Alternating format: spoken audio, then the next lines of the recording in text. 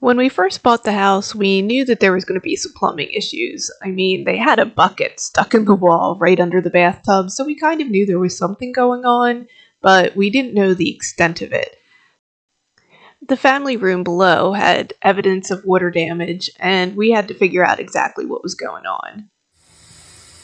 The first thing we found was this drip from the diverter valve that cost $988 to fix. Not too long after, we noticed a problem with the tub draining properly. So we tried to snake it, and just with a manual hand snake, we ran into a problem with the drain.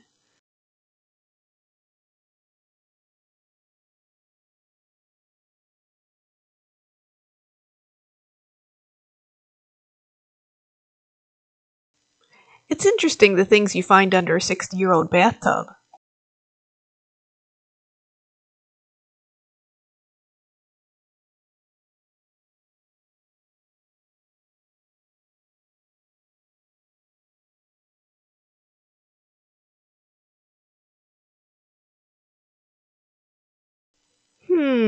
I think I found the problem.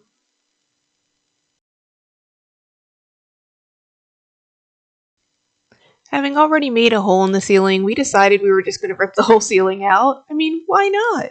Uh, the room really was in bad shape, and with the damage on the walls from the leak, it kind of just seemed best to try to remove whatever we could and replace it.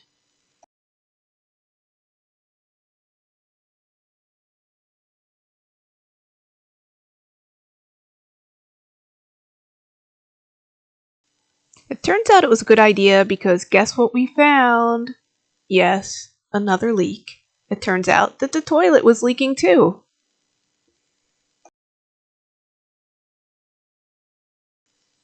So we had to stop our other work and take a look at the toilet to figure out what was going on there.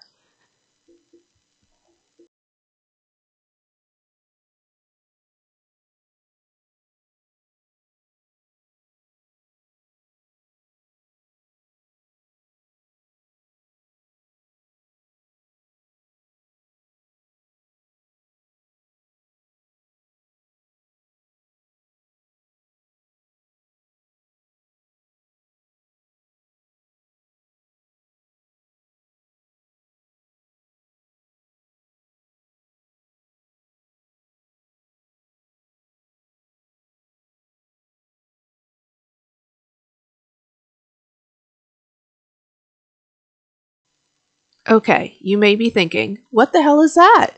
Luckily, it was just some extra wax from probably the previous wax ring that they just left under there looking like a big pile of shh. We got everything cleaned up and ready for the new wax ring. Luckily, we had an extra one of those sitting around, so we installed it, but I didn't get a video of that because it took the two of us to handle that job. After we got the new ring on, Ben reinstalled the toilet and we hoped for the best. It's dry!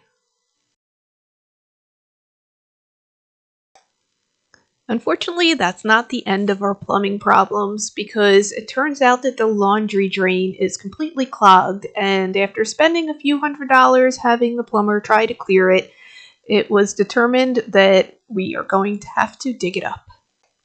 We decided to combine that job with digging up the concrete for our new bathtub drain. Here you can see me most inefficiently trying to get through the concrete floor.